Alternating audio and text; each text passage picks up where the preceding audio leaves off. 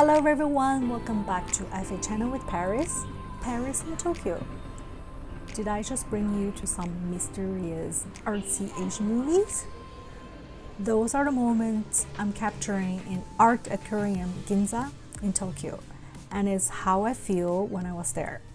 It reminds me so much of some beautiful traditional artworks I've seen when I was a child, grow up in China, and it made me realize goldfish is such an important part of the Asian culture.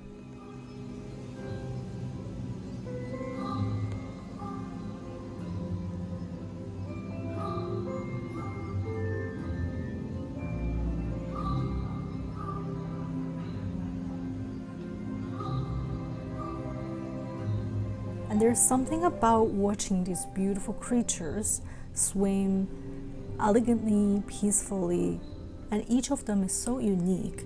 The fish itself are the art forms. The shape of each tank is curated in a specific way, combined with perfect music and lighting.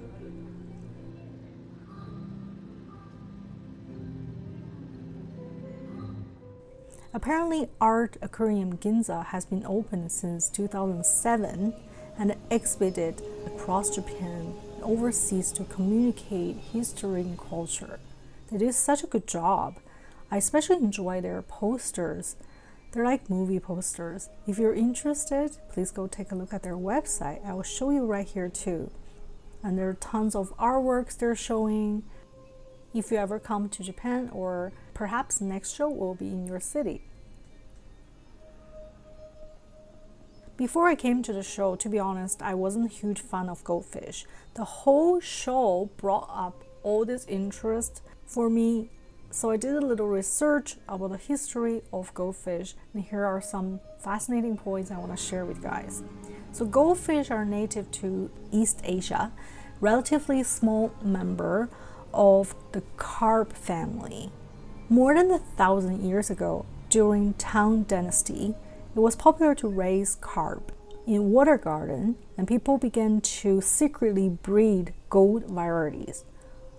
I think when they say gold, it's more like the yellow color, and on special occasions, they will move those goldfish to smaller containers for display.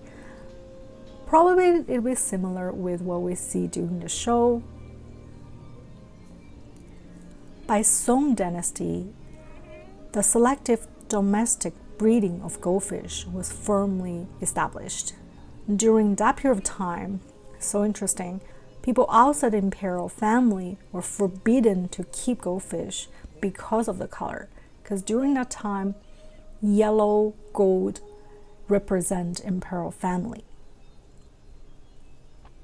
And in 1603, goldfish were introduced to Japan, then to Portugal, and from there, other parts of Europe. During the 1620s, goldfish were highly regarded in Southern Europe and symbolized as good fortune and good luck.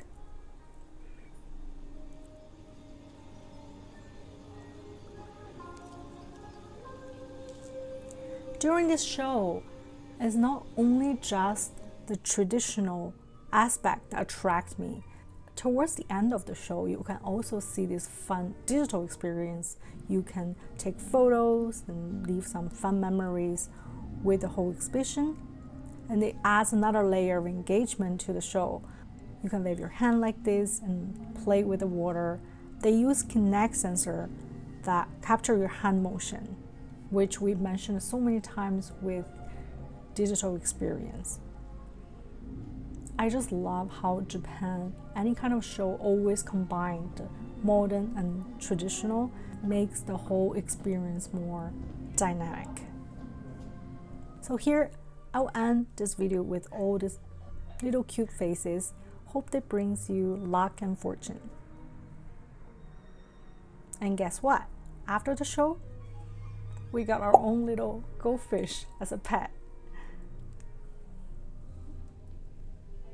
Hope you like this little video. If you like, please don't forget to click like and subscribe our channel for new updates every week. I'll see you guys in the next video. Take care. Bye.